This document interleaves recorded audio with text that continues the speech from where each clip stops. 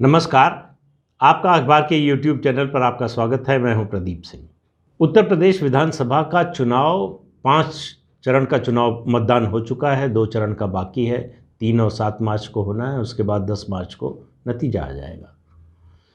उत्तर प्रदेश चुनाव की व्याख्या, विश्लेषण, उसके बारे में चर्चा करते हुए अब भी मीडिया का ज़्यादातर वर्ग और विश्लेषण जो करने वाले हैं, एनालिस्ट जो हैं, जो चुनाव विशेषज्ञ हैं, वो सब अभी उसी पुराने खांचे में बंधे हुए हैं।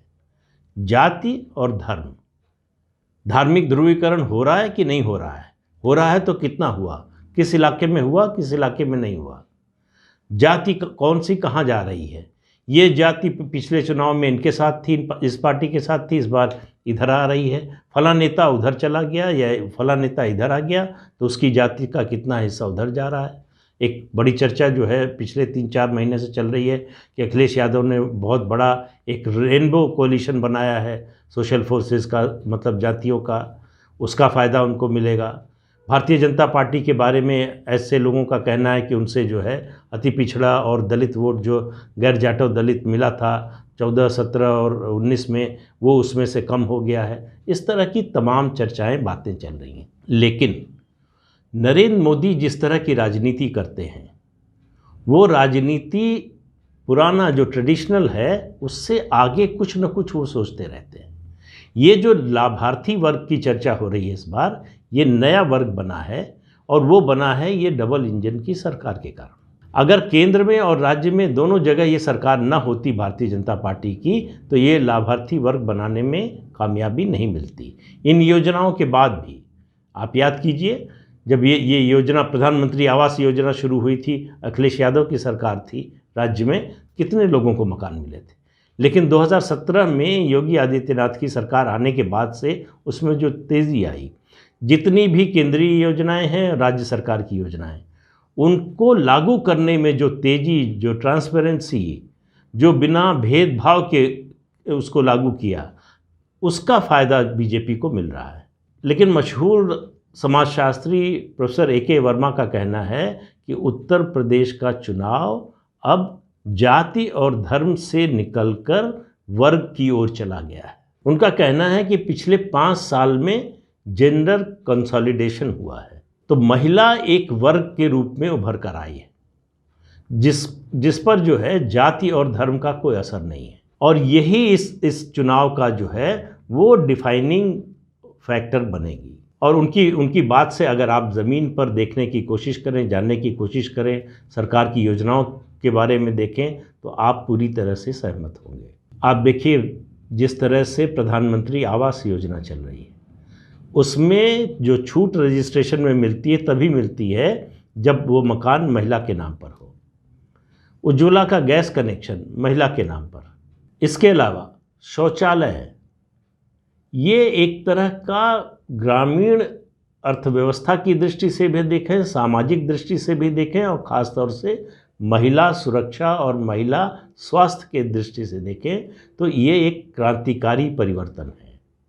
इससे महिलाओं के जीवन में कितना बड़ा अंतर आया है, इसका अंदाज़ा मुझे लगता है कि विपक्षी दल नहीं लगा पाए, और राजनीति के और चुनाव के जो पंडित हैं उनको भी इसका अंदाज़ा नहीं लगा है। उनको लगता है कि ये सामान्य सी बात है, ये कोई बड़ी बात नहीं है। लेकिन उससे जिनके जीवन पर असर पड़ा है, ख़ासतौर से महिलाओं के, उनको समझ में आ रहा है कि उनके लिए ये कितनी बड़ी सौगात है मोदी और योगी सरकार की। तो उसका असर है। फिर कानून व्यवस्था की सबसे ज़्यादा मार जो है वो महिलाओं पर पड़ती है। स्कूल जाने वाली बच्ची हो, कॉलेज जाने वाली हो, नौकरी करने वाली हो, बाहर किसी और काम से आने जाने वाली हो, उन सब के लिए उनका सबका जीवन 2012 से 17 के बीच में जो स्थिति थी, जीवन उनका मुहाल था। पिछले 5 साल में वो निर्भय होकर घर से निकलती हैं, काम करती हैं, लौटती हैं, घर वालों को भी चिंता नहीं होती। ये जो बदलाव आया है, इसका असर आपको आने वाले चुनाव में निश्चित रूप से दिखाई देगा। तो ये जो मोदी बार बार डबल इंजन की सरकार की बात करते हैं, तो डबल इंजन की सरकार की जब बात करते हैं तो राजनीतिक लोग और विश्लेषक भी उसका निष्कर्ष ये लगाते हैं कि वो केंद्र में सरकार है भाजपा की, तो राज्य में भी चाहते हैं। ये गलत नहीं है, ये निष्कर्ष जो है गलत नहीं, लेकिन केवल यही नहीं है। उनको मालूम है कि दोनों जगह अगर सरकार होगी, केंद्र में और राज्य में बीजेपी की, तो उनकी जो योजनाएं हैं उनको लागू करने में कई गुना का अंतर आएगा, और ये बाकी जगह दिखाई दे रहा है। और ख़ास तौर से उत्तर प्रदेश में इस डबल इंजन की सरकार का क्या असर होता है ये साफ नज़र आ रहा है। ट्रांसपेरेंसी बढ़ जाती है, जो योजनाएं हैं उनको लागू करने की रफ्तार बढ़ जाती है, तो लोगों को फ़ायदा मिलने का भी जो है समय जो पहले बहुत ज़्यादा लगता था वो कम हो जाता है। उन योजनाओं का लाभ कम समय में ज़्यादा लोगों तक पहुंच पाता है। तो कानून व्यवस्था, प्रधानमंत्री आवास योजना, राशन कार्ड बनेगा तो महिला के नाम से बनेगा, शौचालय, उज्ज्वला, नल से जल, भाई पानी भरने के लिए जो कष्ट महिलाएं उठाती थी ये वही समझ सकती हैं। तो नल से जल, बिजली का कनेक्शन, ये सब योजनाएं इन्होंने जो महिला को एक वर्ग में परिवर्तित किया है। मोदी राजनीति को जाति और धर्म के खांचे से निकालकर वर्ग की ओर ले जा रहे हैं, और उनकी ये योजना उत्तर प्रदेश में आप उसको साकार होते हुए देख सकते हैं। इस समय उत्तर प्रदेश में इसीलिए जो पिछले चुनाव से तुलना की जा रही है कि जो है बहुत ज़्यादा हलचल नहीं है या लोगों में उत्साह नहीं है, उस तरह का माहौल नहीं है जैसा 2017 में था, वो इसलिए कि बीजेपी से नाराज़ हैं लोग। ये चुनाव, ये मेरी नज़र में ये दूसरा चुनाव है जो मूक मतदाता और मुखर मतदाता के बीच में हो रहा है। मुझे 1984 का चुनाव याद है, पिछले वीडियो में मैंने जिक्र किया था और कहा था वो सहानुभूति का चुनाव था। उसके साथ साथ एक और चीज़ थी, 1984 में भी, 1984 की बात कर रहा हूँ, 1984 में भी मतदाता जो कांग्रेस को वोट करने वाला था वो मूक था, चुप था, वो ज़्यादा कुछ नहीं बोल रहा था। उसने तय कर लिया था कि वोट कहाँ देना है, किसको देना है। लेकिन जो कांग्रेस विरोधी मतदाता था वो बहुत मुखर था। मैंने एक उदाहरण दिया था आपको रामकृष्ण हेगड़े की सभा का, तो वो मुखर था, तो वो नज़र आता था, तो इसलिए लगता था कि लड़ाई हो रही है, बड़ी जो है कड़ी लड़ाई हो रही है और नज़दीकी का मामला है, विपक्ष इतना कमज़ोर नहीं है। मेरा तो मानना है कि हर लड़ाई, चुनाव की हर लड़ाई जो है, जो कंटेस्ट है, वो जब तक नतीजा नहीं आता तब तक वो क्लोज कंटेस्ट ही होता है। नतीजे के बाद पता चलता है कि लहर चल रही थी और कहीं कोई क्लोज कंटेस्ट नहीं था। ये 2017 में भी आपने देखा, 2019 में भी देखा। 2019 में तो लोगों ने बीजेपी को एक तरह से जो है मान लिया था कि साफ हो गई है। चर्चा इस बात पे बहुत से लोगों के बीच हो रही थी कि डबल डिजिट में पहुंचेगी या नहीं पहुंचेगी। अब आप कंटेस्ट का स्तर देखिए, आप 2012 का चुनाव देखिए उत्तर प्रदेश विधानसभा का, जब लगभग 29 पॉइंट समथिंग था, लगभग 30% वोट समाजवादी पार्टी को मिले थे। अधिकतम है जो समाजवादी पार्टी को आज तक मिला है। 2017 में उसको सिर्फ 47 सीटें मिली, तो लगा कि उसका वोट बैंक पूरा खिसक गया। उसका कोई वोट बैंक नहीं खिसका। समाजवादी पार्टी को जब उसको 224 सीटें मिली थीं, तब जितने वोट मिले थे, जितने परसेंट, उतने ही 2017 में भी मिले लगभग। 2012 में समाजवादी पार्टी अकेले लड़ी थी, तो उसको जो है 30% के करीब वोट मिले थे। लेकिन 2017 में वो कांग्रेस के साथ अलायंस में लड़ी थी, तो सभी सीटों पर नहीं लड़ी थी। लगभग 310-11 सीटों पर जिन पर लड़ी थी, उसमें जिन सीटों पर उसने कंटेस्ट किया था, उसमें जो उसको वोट परसेंट मिला था, वो वोट परसेंटेज था उसका, वो 28.32% था। तो इससे आप अंदाज़ा लगाइए कि ये जो दिखाया जा रहा है ना कि उसको 20-21% मिला था, पूरे 403 में जोड़कर बताते हैं समाजवादी पार्टी को, अब जो है 30% से ऊपर जा रहा है, तो उसका वोट बढ़ रहा है 10%, 12%, 15%, कुछ लोग 15% तक भी दिखा रहे हैं।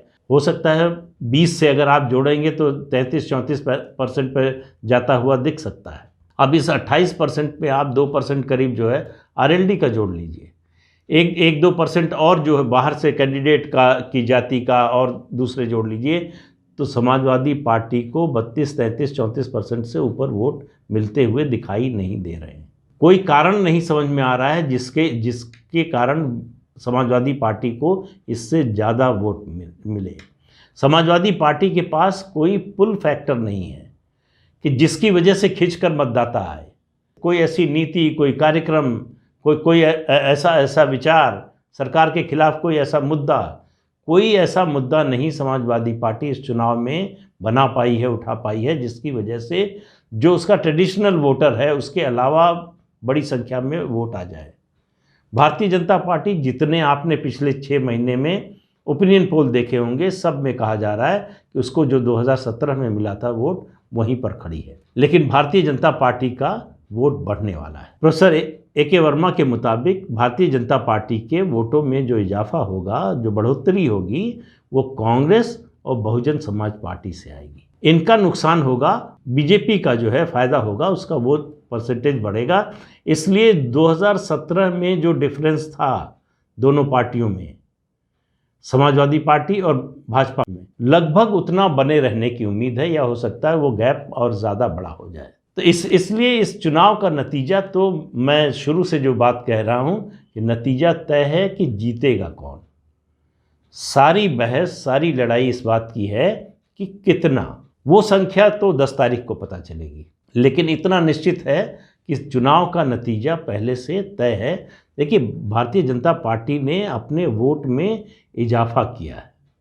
कैसे किया है? एक तो मैंने ये बताया आपको, जो नया वर्ग बना है, महिला वर्ग, एक दूसरा वर्ग लाभार्थी का वर्ग, जिसमें पुरुष भी आ जाते हैं, और तीसरी बात यह है कि बहुजन समाज पार्टी के कमज़ोर होने से, उस चुनाव में निष्क्रिय होने से भारतीय जनता पार्टी को दलित वोट मिल रहा है। पहले से ज़्यादा मिल रहा है। पहले भी मिला, 2014 में भी मिला, 17 में भी मिला, 19 में भी मिला। इस बार उसको जाटव वोटों का भी एक छोटा हिस्सा मिलेगा। और भारतीय जनता पार्टी ने जिस तरह से सत्ता में हिस्सेदारी दी है अति पिछड़ा वर्ग को और दलित वर्ग को, उसका असर दिखाई दे रहा है। उसकी वजह से इस वर्ग की सोच में अंतर आया है। और ये ऐसा वर्ग है, चाहे अति पिछड़ा वोटर हो या दलित वोटर हो, वो ज़्यादा बोलता नहीं है, चुपचाप वोट करता है, जिसके भी साथ रहता है। आप देखिए, जब वो मायावती के साथ थे, पूरा दलित था, तब भी जब 2007 में उनकी सरकार आई, तब भी ये बाहर दिखाई नहीं देता था। वातावरण में ऐसा लगता नहीं था कि बहुजन समाज पार्टी जो है अपने दम पर पूर्ण बहुमत लेकर आ रही है। तो ये जो मूक मतदाता है, ये लोगों का कैलकुलेशन बिगाड़ेगा। बहुत से लोगों का जो अनुमान है वो 10 मार्च को ध्वस्त होने वाला है। इसलिए कि मूक मतदाता के बारे में अंदाज़ा लगाना हमेशा मुश्किल होता है। तो मेरा निष्कर्ष कुल मिलाकर ये है कि ये 2022 का चुनाव 1984 के चुनाव की ही तरह मूक मतदाता बनाम मुखर मतदाता के बीच में है। और मुखर मतदाता हमेशा जो है वो ज़्यादा बड़ा परसेप्शन में दिखाई देता है, और जो मूक मतदाता होता है वो रियलिटी में बड़ा होता है। इसीलिए कह रहा हूँ कि चुनाव का नतीजा पहले से तय है। समाजवादी पार्टी की अपनी जो सीमा है उसको वो लांघने में कामयाब होती हुई नज़र नहीं आ रही है।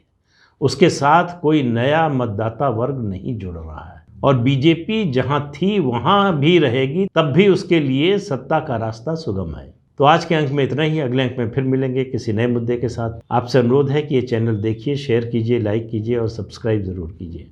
नमस्कार।